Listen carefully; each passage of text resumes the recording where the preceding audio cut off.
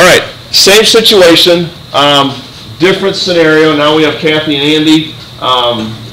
This illustration is a kind of a special illustration. This is my brother and my sister, and I've been doing this, and it kind of reminds me of how much that your brother and sister are always with you. And I would encourage those of you who have family to remember that as you're working with your friends and your family. Your family are always going to be with you, and as a result, don't make enemies of your brother and sister, because they're going to be hanging out with you for the next 30 to 40 years.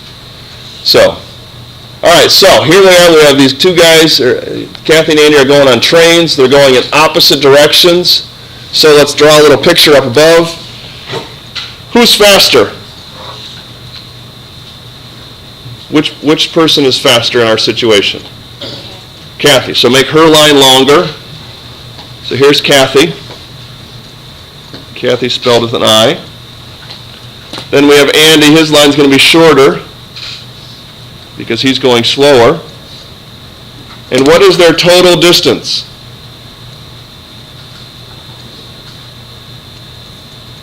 Read through the situation. What's their total distance apart? 700, okay. So their total distance is 700. All right, so based on what we learned on the previous problem, who is going to be our variable, Kathy or Andy?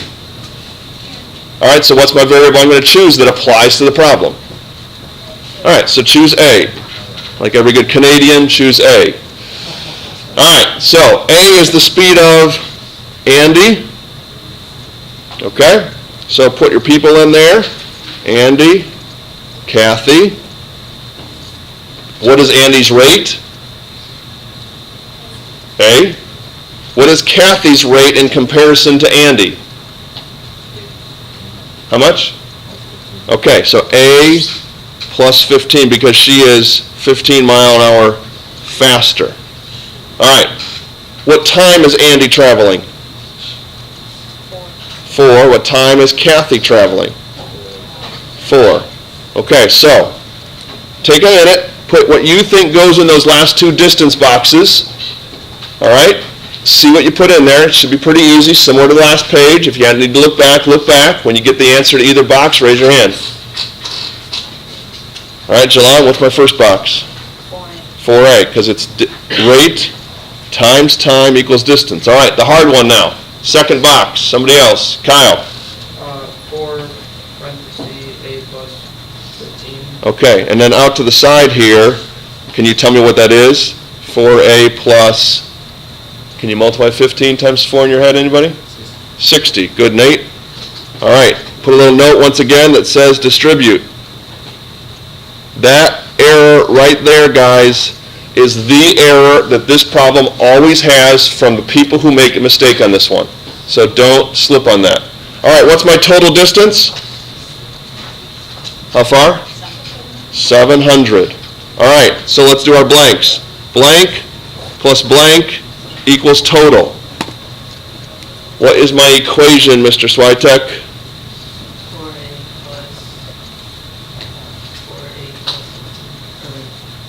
60, good, equals 700, excellent. All right, how many total A's do we have, obviously? 8A plus 60 equals 700. All right, what's my next step, Gabe or John? I just got here with the one. Okay, that's fine. John, what's my next step? Any thoughts?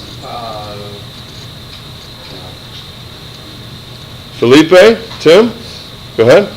Subtract 60. Yeah, we're going to subtract 60. We're going to try to get that 8A all by itself. So 8A equals 640. How do we get rid of the 8? Kyle? Divide by 8, good. So A equals, what's 640 divided by 8?